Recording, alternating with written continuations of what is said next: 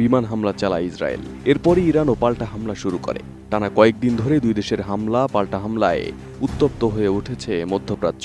ক্রমাগত দফায় দফায় হামলা পাল্টা হামলায় এখন পর্যন্ত দুই দেশের প্রায় 250 জনের মৃত্যু হয়েছে। এই উত্তপ্ত পরিস্থিতির মধ্যে এবার তেহরানের পাশে দাঁড়িয়েছে পাকিস্তান।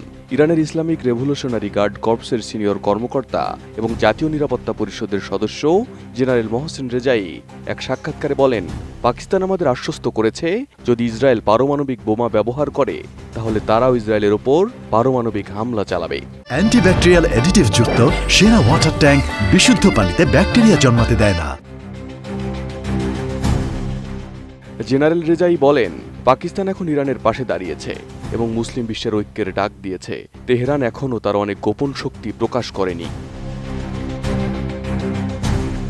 তবে পাকিস্তান এখন পর্যন্ত ইসরায়েলের বিরুদ্ধে পারমাণবিক হামলার বিষয়ে আনুষ্ঠানিকভাবে কিছু জানায়নি, যদিও দেশটি বরাবরই ইরানের অবস্থানকে সমর্থন জানিয়ে আসছে।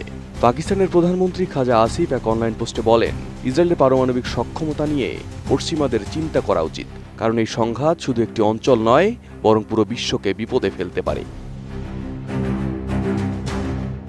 এনডিটিভির এক প্রতিবেদনে বলা হয়েছে, ইরানকে দেওয়া পাকিস্তানের এই আশ্বাসকে সরাসরি সামরিক প্রতিশ্রুতি হিসেবে না দেখে কূটনৈতিক সমর্থন হিসেবে দেখা হচ্ছে, কারণ মধ্যপ্রাচ্যের এই সংঘাতে যুক্তরাষ্ট্র, ইউরোপ এবং এশিয়ার বিভিন্ন দেশ কৌশলগতভাবে জড়িয়ে পড়েছে।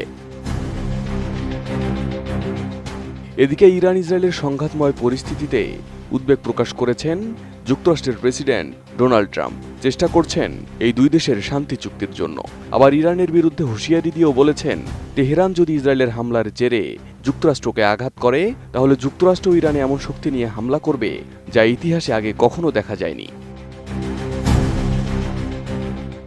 আন্তর্জাতিক পরমাণু নিরস্ত্রীকরণ সংস্থা ICNN এর তথ্য অনুযায়ী বিশ্বের মাত্র 9টি দেশের কাছে পারমাণবিক অস্ত্র রয়েছে, যার মধ্যে ইসরায়েল ও পাকিস্তানও রয়েছে, এবং এই দুই দেশই পারমাণবিক অস্ত্র বিস্তার রোধ সংবিধান চুক্তিতে স্বাক্ষর করেনি। এই তালিকায় আরও রয়েছে ভারত ও উত্তর কোরিয়া।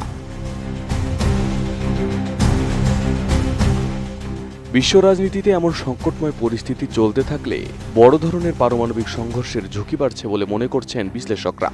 বিশেষ করে পাকিস্তান ও ইরান একত্র হলে এই সংঘাত মধ্যপ্রাচ্যের গণ্ডি ছাড়িয়ে বৈশ্বিক বিপর্যয়ে রূপ নিতে পারে বলে মনে করা হচ্ছে। Arif Hasan, ATN news.